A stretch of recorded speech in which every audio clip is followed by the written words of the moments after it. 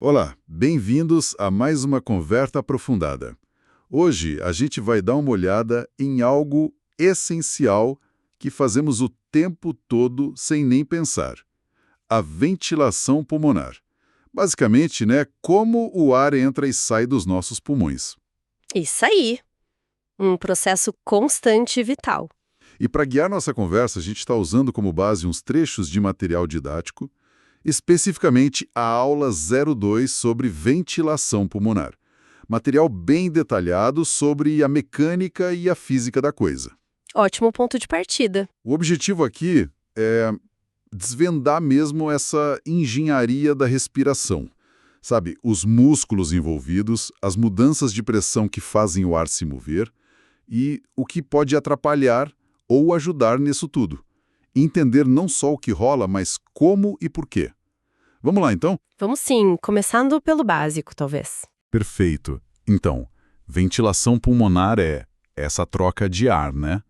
Atmosfera e pulmões, especificamente os alvéolos.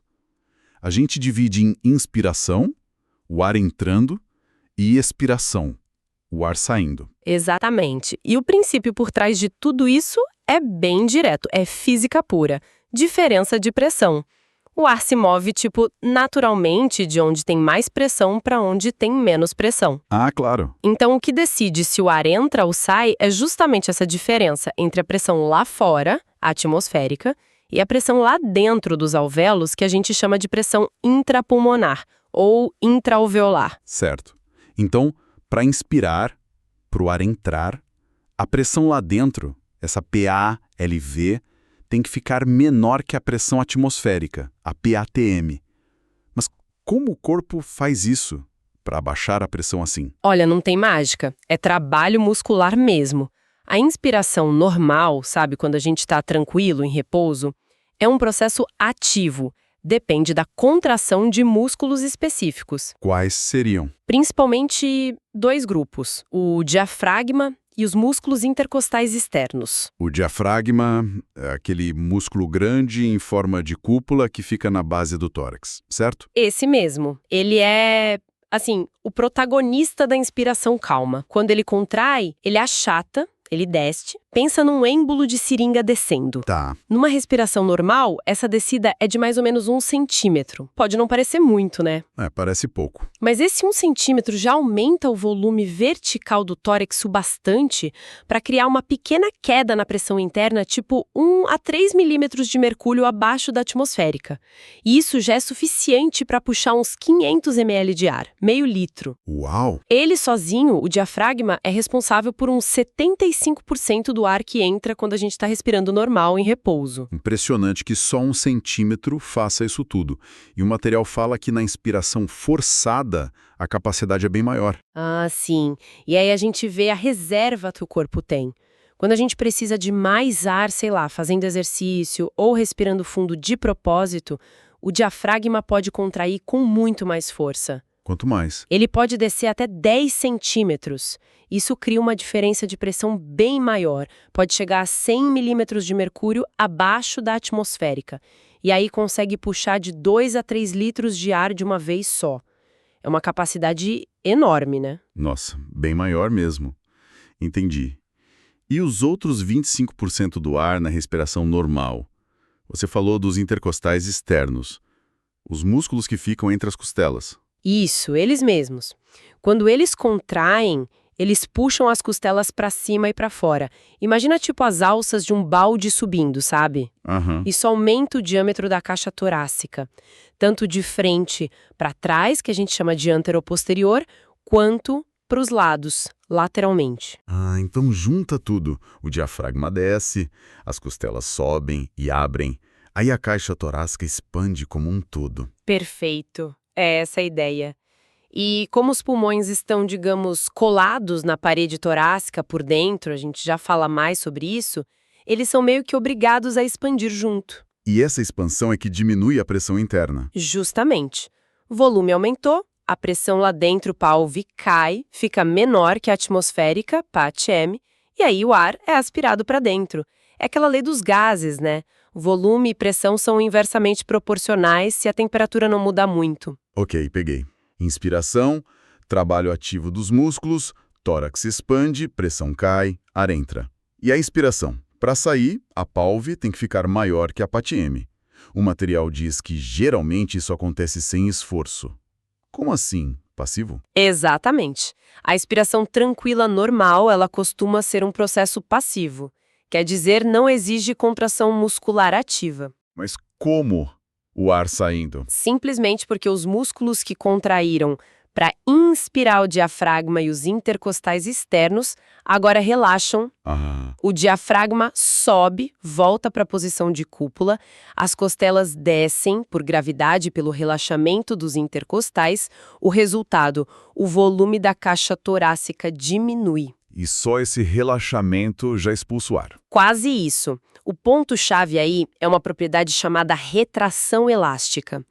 Pensa assim, os pulmões e a própria parede torácica são como elásticos que foram esticados na inspiração. Certo. Quando a força que esticou eles, a contração muscular para, eles têm uma tendência natural elástica de voltar para o tamanho e forma de repouso, que é menor.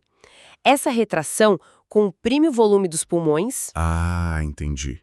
Então essa retração elástica é a força passiva que aumenta a pressão lá dentro, PALV, PATM, e empurra o ar para fora. Faz sentido. Isso mesmo. O tecido do pulmão, principalmente, é cheio de fibras elásticas. Essa tendência dele de encolher é fundamental para a expiração ser passiva na maior parte do tempo. E é super eficiente em termos de energia, né?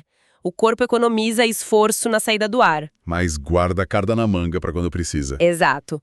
Porque a expiração pode ser ativa, forçada. Em que situações? Quando a gente tosse, espirra, assopra uma vela com força ou durante exercício mais pesado. Nessas horas, a expiração vira um processo ativo. E aí entram outros músculos. Sim, principalmente os músculos abdominais que contraem e empurram tudo para cima, inclusive o diafragma, e também os músculos intercostais internos. Ah, os externos agora. Isso. Os internos puxam as costelas para baixo e para dentro. Essas ações diminuem o volume torácico mais rápido e com mais força, expulsando o ar com mais vigor. Entendido. A mecânica básica está clara. Músculos mudam volume, volume muda pressão, pressão move o ar. Agora, o material entra num detalhe que parece crucial. As diferentes pressões lá dentro do tórax. Fala de pressão intrapulmonar, PALV, intrapleural, PIP e transpulmonar, PTP, sempre comparando com a atmosférica. Confesso que acompanhar essas três juntas parece meio complicado. Pode parecer um pouco à primeira vista, mas entender como elas interagem é a chave para sacar como o pulmão funciona tão bem e o que dá errado quando, der errado. Vamos por partes, né? Ótimo. A pressão intrapulmonar, PALV, a gente já viu. É a pressão lá nos alvéolos. Tem que ficar menor que a atmosférica para inspirar e maior para expirar.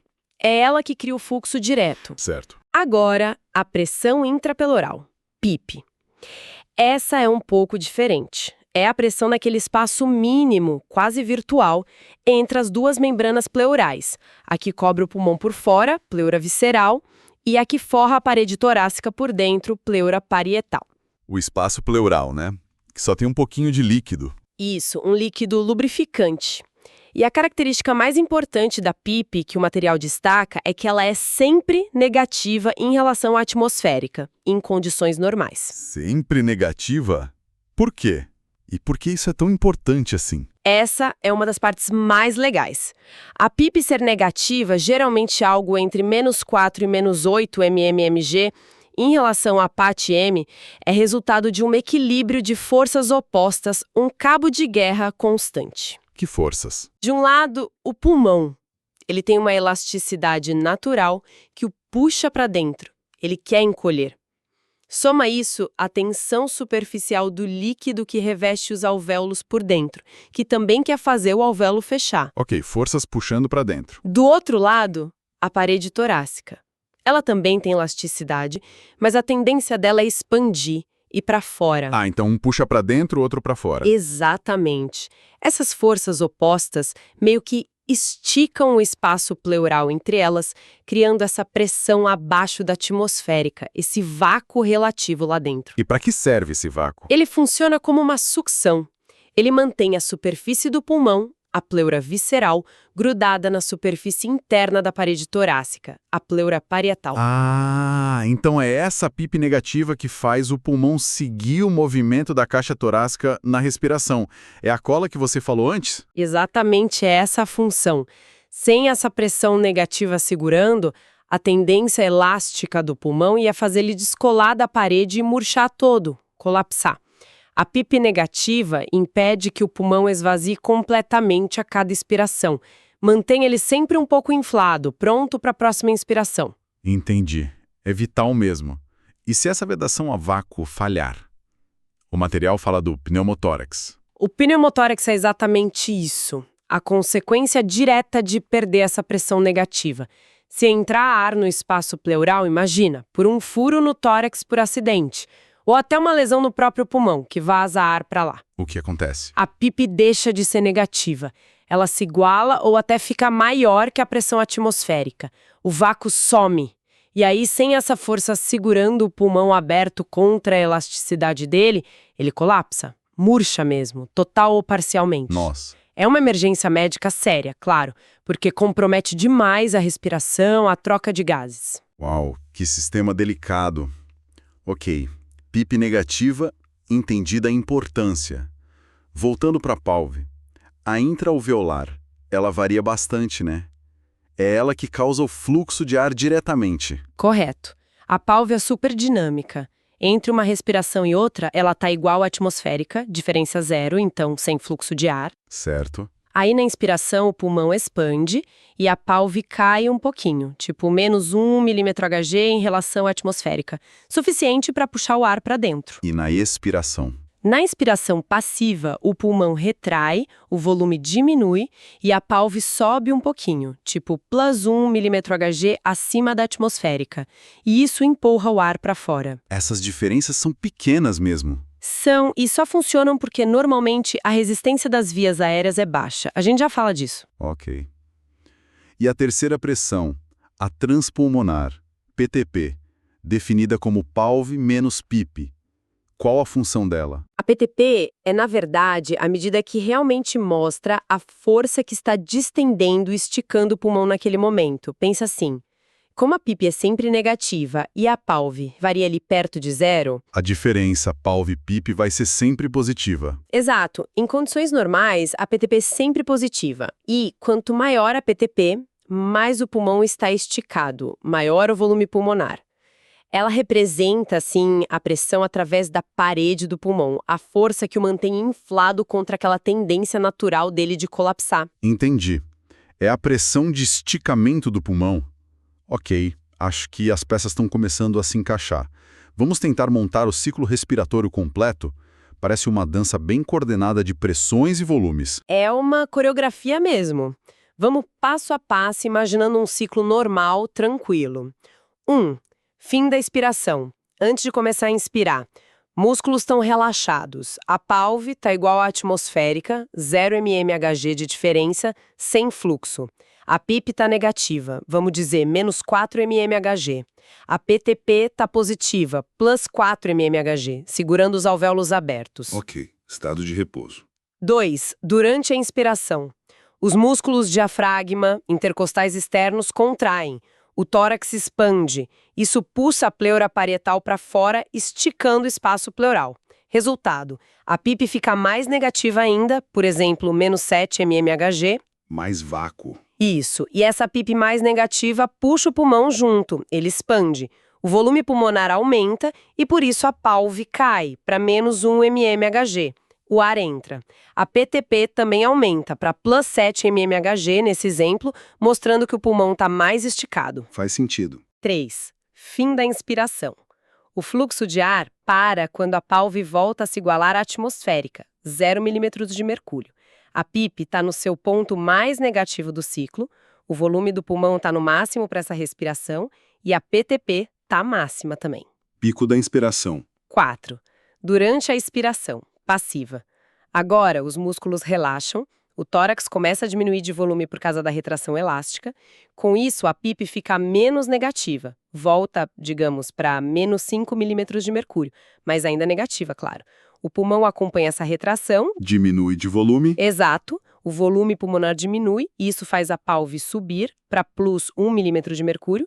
Ficou maior que a atmosférica, então o ar vai. A PTP diminui porque o pulmão está menos esticado. Esvaziando. 5. Fim da expiração. E aí volta tudo para o ponto 1. PALV igual a PAT1. 0 milímetros de mercúrio, pronto para começar de novo. Uau! É realmente uma dança muito precisa. Mas além dessa mecânica toda de pressão e volume, o material fala de outros fatores que afetam a facilidade com que o ar entra e sai. Um deles é a complacência. O que é isso exatamente? Complacência pulmonar, ou complacência do sistema todo, pulmão e tórax junto, é basicamente uma medida do quão esticável, quão elástico é esse sistema. Tipo, fácil de inflar. Exato. Pensa num balão de festa. Se ele é fácil de encher, a gente diz que tem alta complacência. Se é um balão duro, difícil de soprar, tem baixa complacência. Entendi. Com o pulmão é a mesma coisa. Alta complacência significa que uma pequena mudança na pressão que estica ele, a PTP, já causa uma mudança grande no volume. Ou seja, o pulmão expande fácil. Baixa complacência significa que o pulmão está mais rígido, precisa de mais esforço, uma PTP maior, para conseguir o mesmo aumento de volume. E o que faz o pulmão ser mais ou menos complacente? São 2 fatores principais. Primeiro, a própria elasticidade do tecido do pulmão, que é rico em fibras elásticas e colágeno. Isso contribui para ele esticar. E o segundo? O segundo é super importante. A tensão superficial do líquido que reveste os alvéolos por dentro. As moléculas de água nesse líquido têm uma atração forte entre si, né? Sim, a coesão da água. Isso. Essa atração cria uma força, a tensão superficial, que tende a diminuir a área da superfície. No alvéolo, isso significa uma força que tende a fazer ele fechar, colapsar. Essa força se opõe à expansão do pulmão e, portanto, diminui a complacência. Deixaria o pulmão mais duro. Ah, então a tensão superficial atrapalha a expansão. Lembro de ter lido sobre algo que combate isso. O surfactante. Exatamente. O surfactante é essencial. É uma mistura complexa, principalmente de lipídios, com algumas proteínas, produzida por células especiais lá nos alvéolos, os pneumócitos tipo 2. E como ele age? Ele funciona meio como um detergente. Ele se mistura com a água na superfície alveolar e diminui muito a atração entre as moléculas de água. Reduz drasticamente a tensão superficial. E o resultado disso é? O resultado é um aumento enorme na complacência pulmonar. Fica muito mais fácil inflar os pulmões, exige menos esforço. E tem outra função vital. Ele ajuda a prevenir que os alvéolos, especialmente os menores, colapsem totalmente durante a expiração. Sem surfactante, a respiração seria muito mais difícil e instável. Entendi a importância. É por isso que bebês prematuros às vezes têm dificuldade para respirar, né? Falta de surfactante. Exatamente. A síndrome do desconforto respiratório do recém-nascido. Ok, então, complacência é a facilidade de encher e a resistência das vias aéreas. Imagino que seja o contrário, a dificuldade de passar o ar. Isso mesmo. Resistência é o atrito, a dificuldade que o ar encontra para fluir através da traqueia, dos brônquios, dos bronquíolos. Pensa na água fluindo no encanamento.